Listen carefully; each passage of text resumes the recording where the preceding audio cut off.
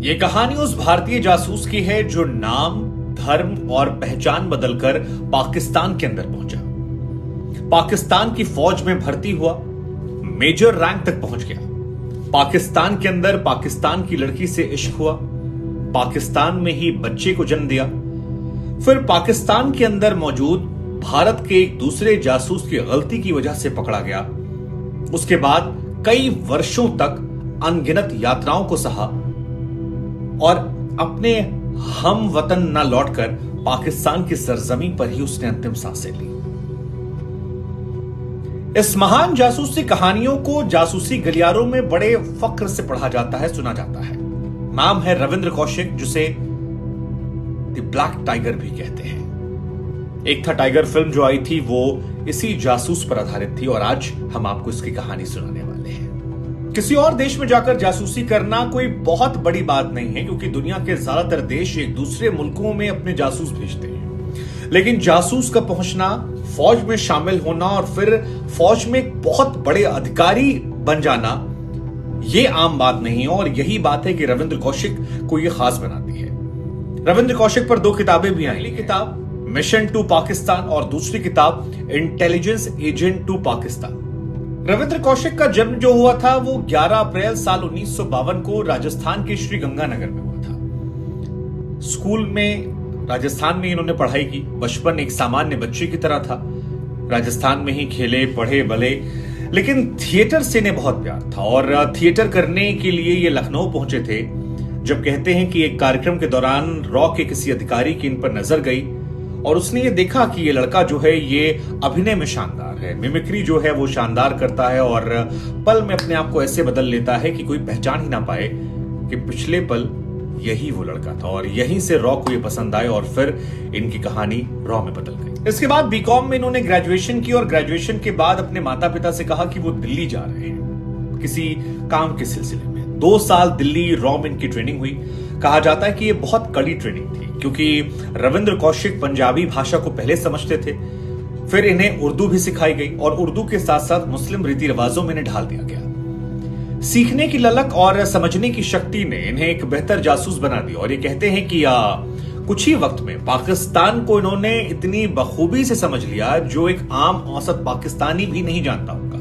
पाकिस्तान और मुस्लिम रीति रिवाजों से ये रग रग से वाकिफ हो चुके थे और इस दौरान उर्दू भाषा पर इनकी पकड़ अच्छी हो चुकी थी, वहां की पंजाबी भाषा पकड़ अच्छी हो चुकी थी, इस्लाम के बारे में जानकारियां मिल चुकी थी। और पाकिस्तान भेजे जाने से पहले इन्हें दुबई में कुछ समय रखा गया और दुबई के साथ साथ इन्हें सऊदी अरब और कुछ और मुस्लिम देशों में भेजा गया, जहां जाकर इन्हें चेक किया गया कि क्या ये वाकई ढल गए हैं उस तरीके से जैसा इनको ट्रेनिंग मिली है। इसके बाद आया साल 1975, जब रविंद्र कौशिक को नया नाम, नई पहचान और नई जगह दी गई। नया नाम नबी अहमद। रविंद्र कौशिक से नबी अहमद बन गए। राजस्थान की श्रीगंगानगर से इनका नया पता जो था वो इस्लामाबाद कर दिया गया। और नए नाम, नए पते के साथ आपको जानकर हैरानी होगी कि इनका खतना भी करवाया गया ताकि इन पर किसी को भी शक न हो सके और इंडियन रिकॉर्ड्स इनके सारे हमेशा के लिए मिटा दिए गए। रविंद्र कौशिक, जिनका नाम नबी अहमद था, इसके बाद वो कराची पहुंचते हैं। कराची जाकर कराची यूनिवर्सिटी में एडमिशन लेते हैं, वहां से LLB की पढ़ाई करते हैं। अब क्योंकि जासूसी करने का इनको बड़ा शौक था और इसी काम के लिए वो भेजे गए थे, तो इन्हें लगा कि अगर मैं सेना में शामिल हो जाता हूं तो मेरे लिए जासूसी करना बाएं हाथ का खेल हो जाएगा। और लॉ की पढ़ाई करने के बाद अकाउंट्स डिपार्टमेंट में ये कमीशन होते हैं। वहां से अच्छा काम करने के बाद, क्योंकि ये बहुत तेज तर्रार थे और पाकिस्तान के ही हो गए थे, किसी को शक नहीं था, तो इनको जल्दी जल्दी प्रमोशन मिले और ये पहुंच गए मेजर रैंक पर, जिस दौरान इन्होंने भारत को तमाम गोपनीय जानकारियां लगातार प्रोवाइड करवाई। कहते हैं कि इसी बीच नबी अहमद यानी रविंद्र कौशिक को पाकिस्तान में ही एक लड़की अमानत से इश्क हो जाता है। अमानत के पिता जो थे वो पाकिस्तानी फौज के लिए वर्दी सिलने काम करते थे, दर्जी थे, और उनकी लड़की से इनको इश्क हो जाता है। दोनों एक दूसरे से बेइंतहा इश्क करने लगते हैं। घर वालों की रजामंदी से इनकी शादी हो जाती है और इस शादी के बाद इनका एक बच्चा भी होता है। ये कहते हैं कि अमानत को कभी पता नहीं लग पाया कि अमानत किसके साथ रह रही थी। वो हमेशा ये मानती रही कि उसका पति नबी अहमद है और पूरे इस कार्यकाल के दौरान कभी भी उसे रविंद्र कौशिक के बारे में पता नहीं लगा। उसे कभी एहसास नहीं हुआ कि जिस शख्स से उसने मोहब्बत की या निकाह किया वो भारतीय है, पाकिस्तानी नहीं, वो नबी अहमद नहीं। अगर आप रविंद्र कौशिक के कीर्तिमानों के बारे में जानना चाहते हैं तो हम आपको बता दें कि 1971 में बांग्लादेश के बंटवारे के बाद भारत और पाकिस्तान में तनाव जो है वो चरम पर था। पाकिस्तानी फौज गुस्साई हुई थी, भारत को अस्थिर करना चाहती थी और पंजाब में खासतौर पर उसने अपनी भूमिका सक्रिय कर दी थी। पाकिस्तानी फौज जब भी कोई प्लानिंग करती भारत को परेशान करने के लिए, कोई हमला करवाने के लिए, तो कहते हैं कि भारतीय फौज को उस बारे में जानकारी लग जाती थी और कई सारे पाकिस्तान के ऑपरेशन ऐसे थे जो असफल हो गए। और इस बीच में जितने भी ऑपरेशन असफल हुए या जितने भी खुफिया जानकारियां मिली जिससे भारत पाकिस्तान से 2 कदम आगे रहा, उसके पीछे यही रविंद्र कौशिक थे जो पाकिस्तान में नबी अहमद थे। ये जो नाम इन्हें मिला था द ब्लैक टाइगर, आपको जानकर हैरानी होगी कि ये उस दौर की प्रधानमंत्री इंदिरा गांधी ने इनके सम्मान में दिया था। द ब्लैक टाइगर दिलचस्प कहानी है। 1971 से लेकर लगातार भारत की मदद करते रहे, लेकिन फिर एक भारतीय जासूस की गलती से इनका राज खुल गया। हालांकि आपको जानकर हैरानी होगी कि जासूसी का जो पर्दाफाश हुआ था वो रविंद्र कौशिक की गलती से कभी नहीं हुआ। रविंद्र कौशिक ने भारत को तमाम इंफॉर्मेशन भेजी, लेकिन कभी भी पाकिस्तान में कोई भी अधिकारी इन्हें पकड़ नहीं पाया।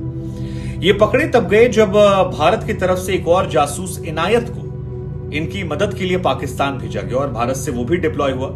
लेकिन कहते हैं कि वो शख्स जासूसी में थोड़ा कच्चा था और उसकी लापरवाही की वजह से पाकिस्तान के अधिकारियों ने उस शख्स को पकड़ लिया। इसके बाद पाकिस्तानी फौज ने जब टॉर्चर किया उगलवाने के लिए राज, तो उस राज उगलवाने के दौरान वो शख्स टूट जाता है और धीरे धीरे सारे राज जो है वो खोल देता है। वो बताता है कि कैसे भारत की तरफ से एक जासूस पाकिस्तान में प्लांट किया गया जो पाकिस्तान की फौज तक पहुंच चुका है, बड़ा अधिकारी है। इसके बाद पाकिस्तान की तरफ से एक ट्रैप डाला गया जहां पर उस जासूस के जरिए रविंद्र को बुलाया जाता है और एक पार्क में मिलने बुलाते हैं जहां पर रविंद्र पहुंचते हैं और पाकिस्तान की फौज उन्हें वहां पर गिरफ्तार कर लेती है। द ब्लैक टाइगर का राज जो है वो 29 साल की उम्र में खुल जाता है। हालांकि उस वक्त उनकी उम्र कम थी और जासूसी के आरोप में गिरफ्तार कर लिया गया। शुरुआत में उन्हें सजाए मौत सुनाई गई, लेकिन सजाए मौत को बाद में पाकिस्तान के अंदर आजीवन कारावास से बदल दिया गया और वहां से लेकर अंतिम क्षणों तक वो पाकिस्तान में ही। हालांकि आपको ये जानकर हैरानी होगी कि जासूसी का जो पर्दाफाश हुआ था वो रविंद्र कौशिक की गलती से कभी नहीं हुआ। रविंद्र कौशिक ने भारत को तमाम इंफॉर्मेशन भेजी, लेकिन कभी भी पाकिस्तान में कोई भी अधिकारी इन्हें पकड़ नहीं पाया। ये पकड़े तब गए जब भारत की तरफ से एक और जासूस इनायत को इनकी मदद के लिए पाकिस्तान भेजा गया और भारत से वो भी डिप्लॉय हुआ।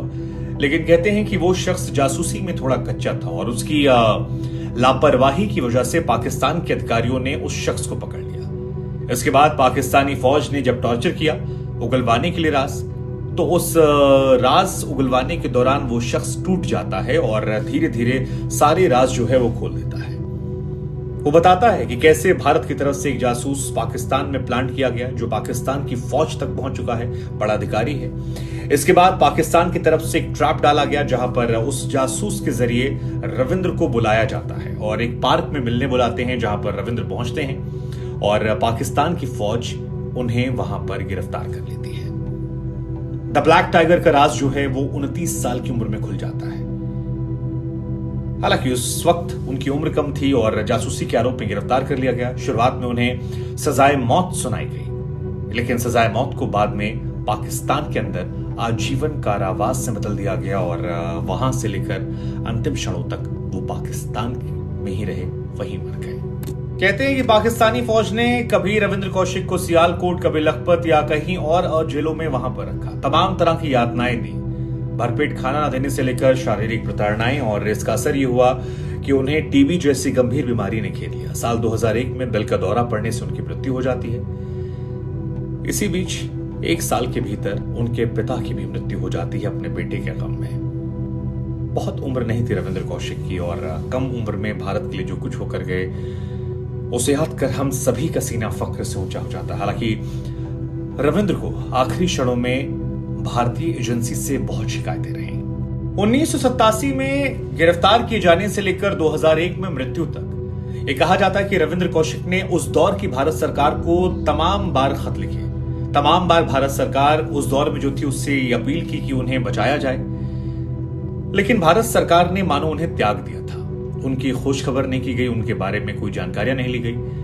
ये कहा जाता है कि यह नियम होता है कि जासूसी में पकड़े जाने पर सरकार पल्ला झाड़ लेती है, और ये कोई भी सरकार हो। हालांकि रविंद्र ने अपनी मृत्यु से पहले जो खत लिखा था, जिसे कई अखबारों ने, हिंदुस्तान टाइम्स और टेलीग्राफ ने छापा भी था, उसमें लिखा कि अगर वो अमेरिका जैसे देश के लिए काम करते तो शायद उन्हें छुड़ा लिया था 2-3 दिन के अंदर ही। लेकिन भारत जैसे बड़े देश के लिए इतनी बड़ी कुर्बानी देने के बावजूद उन्हें त्याग देना, ये उनके लिए तो खत था और वो उनके लिए एक सदमे जैसा था।